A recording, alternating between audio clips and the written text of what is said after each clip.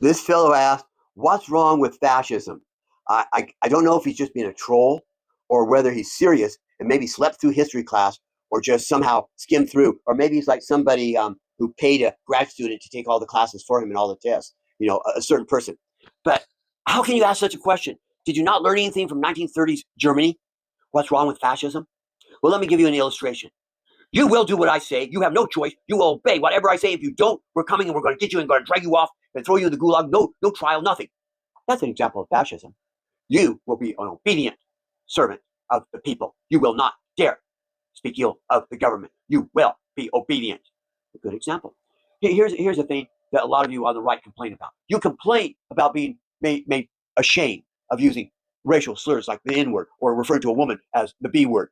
But shaming you or shunning you and walking away from you is a lot different than going after you. An example, in fascism, they say, you don't say this. You do, five guys jump you, hold you down, they take a pair of pliers, pull your tongue out as far as they can, then cut it off.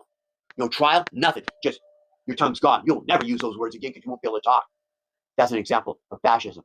Authoritarianism to the point. Now, let me give you an illustration. You might not like the fact of people like me referring to Donald Trump as Tiny Donnie because of his, shall we say, small personality. But did you say bad things? Not the politest things about President Obama, President Biden. Okay, that's your right as an American citizen. Well, as an American, as anyone, you have freedom of speech. But if this was a fascist country, saying any of those things could land you in a concentration camp at the best with no trial. Somebody's made accusations against you, you're gone.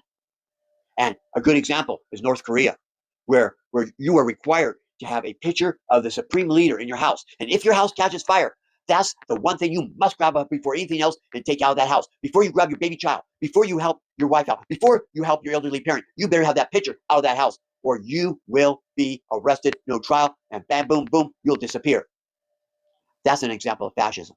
So tell me, do you want to live in a country where you must seem to be, oh, so thrilled about your leader, even if you hate him, never saying an ill word, obeying to the letter what he says?